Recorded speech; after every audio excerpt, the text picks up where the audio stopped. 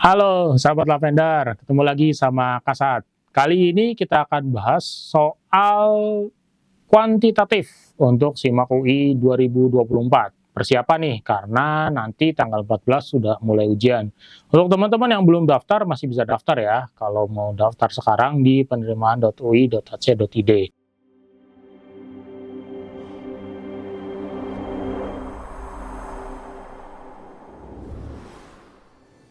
Untuk SIMAK UI ini, di video sebelumnya Kasat udah pernah bilang bahwa ada ujiannya itu nggak lagi pakai fisika, kimia, matematika, atau sosumnya misal ekonomi, akuntansi, sejarah, geografi, itu udah nggak pakai itu lagi. Tapi cuma pakai tes skolastik atau tes, bukan tes minat bakat juga ya, tes skolastik tuh yang ada hanya matematika dasar, bahasa Indonesia, bahasa Inggris, kemudian ada kuantitatif sama logika dan verbal. Nah, soal-soalnya itu bisa ada di mana, bisa datang aja sih sebenarnya ke Bimbel Lavender. Kami masih ada program kalau kalian mau ikut untuk bus, untuk persiapan SIMAK UI juga bisa gitu.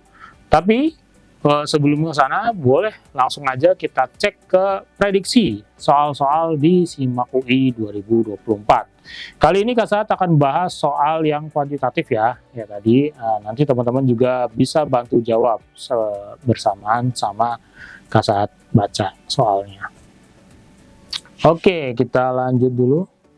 Yang pertama, ini ada salah satu soalnya, jika sebuah bujur sangkar P luasnya 64 dan sisinya X gitu,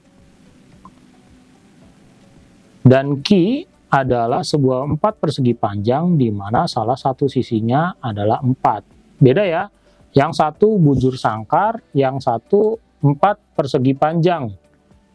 Jadi kalau bujur sangkar atau persegi kalau dulu bahasanya.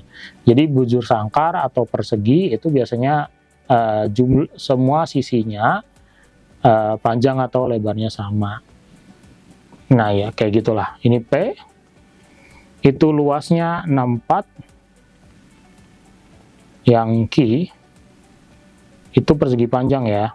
Jadi ada punya panjang dan lebar.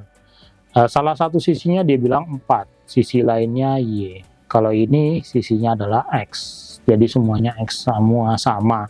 Bila P sama dengan Q, jadi luas P sama dengan luas Q, maka X lebih besar daripada Y, X kurang dari Y, X sama dengan Y, atau hubungan X dan Y tidak bisa ditentukan, atau X sama dengan 2Y. Coba hitung. Oke, sekarang kita hitung ya. Karena luasnya sama, jadi P sama dengan Q, sama berarti Q juga sama dengan 64, ya kan? 64 itu kalau Q adalah panjang kali lebar, Y kali 4. Jadi Y sama dengan 64 dibagi 4. 64 bagi 4 berapa? Adalah 16. Sekarang kita cek kalau X. X yang bujur sangkar luasnya adalah 64. P yang bujur sangkar luasnya adalah 64. Luasnya adalah X kuadrat. 64 sama dengan X kuadrat. Jadi X adalah akar dari 64. Berapa akar 64? 8. Sebenarnya kalau kita jawab Y lebih besar dari X juga benar. Tapi kalau di SIMAK atau di soal-soal seleksi, yang dipilih adalah yang paling tepat gitu. X sama dengan 2Y. Oh salah juga ya, berarti memang yang paling tepat adalah B ya. X lebih kecil daripada Y. Jadi kebalik ya, kalau ada pilihan Y sama dengan 2X itu benar, tapi karena X sama dengan 2Y itu salah ya, jangan sampai kebalik.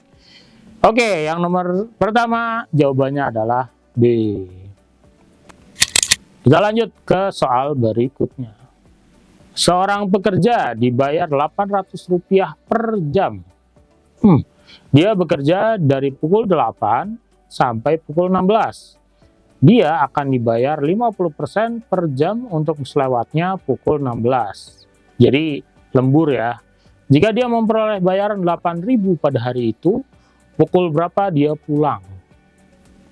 per jamnya sampai dia pulang. 50% ya. Oke, kita hitung dulu. 8 ke jam 16.00 itu adalah 8 jam. Kalau 8 jam, maka tinggal 8 kali 800. Itu adalah 6.400. Karena dia dibayar 8.000 pendapatannya, maka dia harusnya lemburnya berapa nih?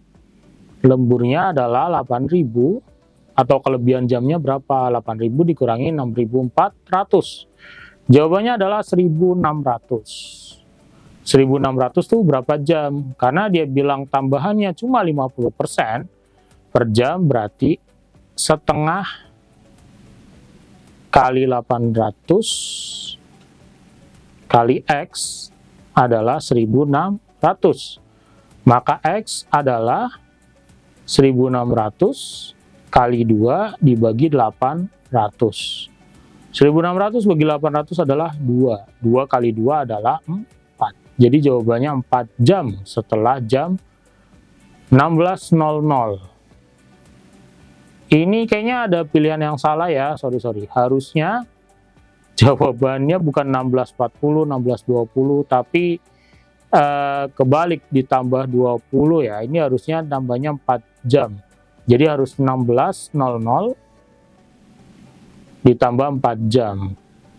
Berarti 20.00. Sorry, ini ngaco nih. Harusnya jawabannya 20.00. Gini, ini bisa dikoreksi nanti ya. Anggap aja jawabannya E. Oke, kita lanjut dulu. Nomor berikutnya.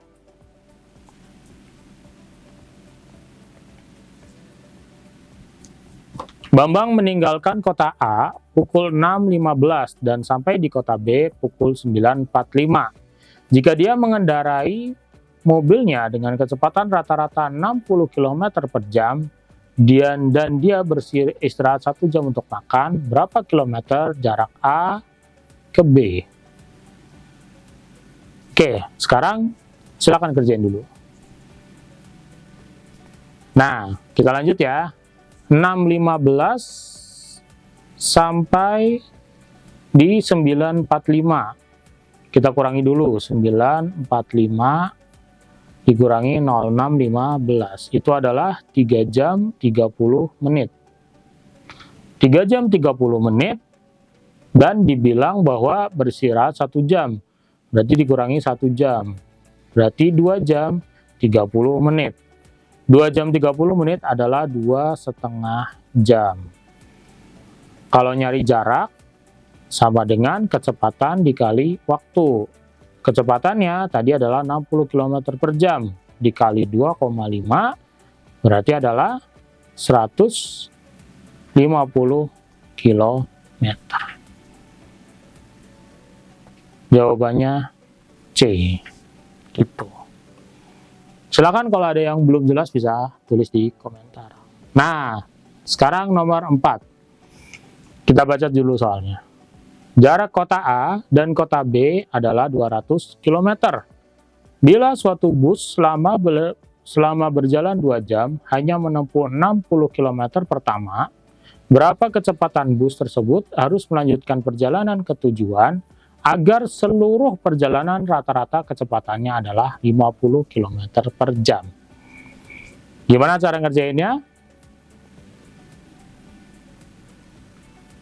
Kecepatan rata-ratanya harus dengan 200 km harus 50 km per jam. Berarti waktunya berapa? Kalau udah tahu waktunya, baru nanti dikurangi waktu yang pertama ditambah istirahatnya berapa. Ini kan ada 2 jam istirahat, 2 jam jalan, kemudian 2 jam cuma 60 km, sedangkan dia harus sampai ke 200 km. Berapa jawabannya? Silahkan komen di bawah. Oke, gitu aja dari Kak Saat. Semua semangat belajarnya untuk SMA UI. Sampai ketemu di konten-konten lainnya. Dadah.